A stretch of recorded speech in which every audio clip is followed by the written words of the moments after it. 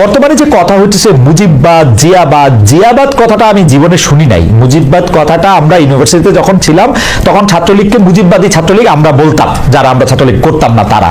একটু বাইরে বলে রাখি, আমি অবশ্য ছাত্রদলও করতাম না, এই বাইদারিতে আমাকে ফালানোর দরকার নেই। কিন্তু মুজিববাদী, এই মুজিববাদ এবং এই জিয়াবাদ, এই ব্যাপারটা কি আসলে, মানে এই এই বাদগুলি কোথেকে আসতেছে আপনি এটা খেয়াল? আচ্ছা, আমি আপনাকে বলি, একটা এই ছাত্র যারা কিন্তু বলেন না, ওনাদেরকে আমি জিজ্ঞাসা করি হ্যাঁ, যে শেখ হাসিনা সরকার তো গত 17 বছর মোটামুটি টানা ছিল, এই সময়ে তারা কখনো শেখ হাসিনার মুখে মুজিববাদ শব্দটাকে শুনেছি কিনা, এটা আমি একটা জানতে চাই।